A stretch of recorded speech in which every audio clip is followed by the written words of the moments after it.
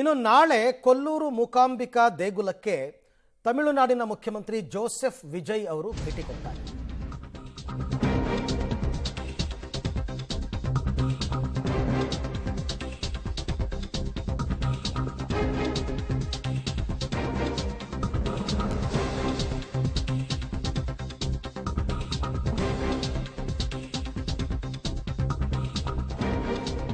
ನಾಳೆ ಕೊಲ್ಲೂರು ಮೂಕಾಂಬಿಕಾ ದೇಗುಲಕ್ಕೆ ಜೋಸೆಫ್ ವಿಜಯ್ ಅವರು ಭೇಟಿ ಕೊಡ್ತಾ ಇದ್ದಾರೆ, ತಮಿಳುನಾಡಿನ ಮುಖ್ಯಮಂತ್ರಿ.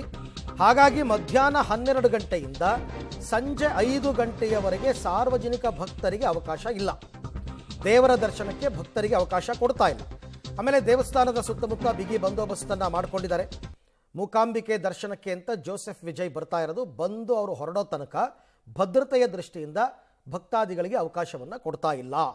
12 ಗಂಟೆಯಿಂದ 5 ಗಂಟೆ. ನಾಳೆ ಯಾರಾದರೂ ಪ್ಲ್ಯಾನ್ ಮಾಡಿಕೊಂಡಿದ್ರೆ ನಿಮ್ಮ ಪ್ಲ್ಯಾನನ್ನು ಸ್ವಲ್ಪ ಬದಲಾವಣೆ ಮಾಡ್ಕೊಳ್ಳಿ.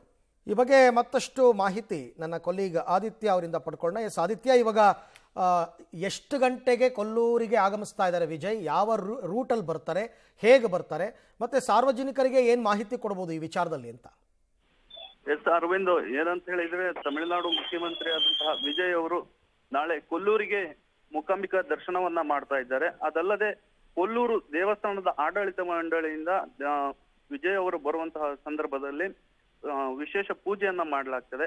ಅದಲ್ಲದೆ ಮೊದಲಾಗಿ ಮಂಗಳೂರು ಏರ್ಪೋರ್ಟ್ಗೆ ಬರುವಂತದ್ದು, ಆ ನಂತರ Z+ ಇದರಿಂದನೇ ಕೊಲ್ಲೂರು ಮೂಕಾಂಬಿಕೆ ದೇವಸ್ಥಾನಕ್ಕೆ ತೆರಳುತ್ತಾರೆ.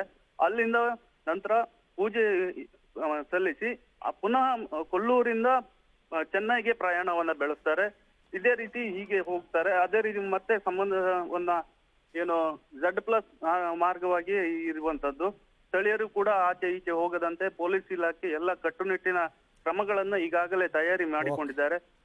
ಕೊಲ್ಲೂರು ದೇವಸ್ಥಾನದಲ್ಲಿ ಸಹ ಈಗ ಉಡುಪಿಯ ಜಿಲ್ಲಾ ಪೊಲೀಸ್ ವರಿಷ್ಠಾಧಿಕಾರಿಯಾದಂತಹ ಹರಿರಾಮ್ ಶಂಕರ್ ಅವರು ಎಲ್ಲ ತಪಾಸಣೆಗಳನ್ನ ಮಾಡಿದ್ದಾರೆ. ನಾಳೆ 12 ಗಂಟೆಯಿಂದ ಸಂಜೆ 5 ಗಂಟೆಯ ತನಕ ಯಾವುದೇ ರೀತಿಯ ಹೊರಗಿಂದ ಬಂತಹ ಭಕ್ತಾದಿಗಳಿಗೆ ಯಾವುದೂ ಕೂಡ ದರ್ಶನ ಇರುವುದಿಲ್ಲ. ಅದಲ್ಲದೆ ಇಲ್ಲಿಂದ ಉಡುಪಿಯಿಂದ ಹೋದಂತ ಎಲ್ಲ ಭಕ್ತಾದಿಗಳಿಗೂ ಕೂಡ ಓಕೆ, ಥ್ಯಾಂಕ್ ಯು ಆದಿತ್ಯ, ತಮ್ಮೆಲ್ಲ ಮಾಹಿತಿಗೆ ಧನ್ಯವಾದ.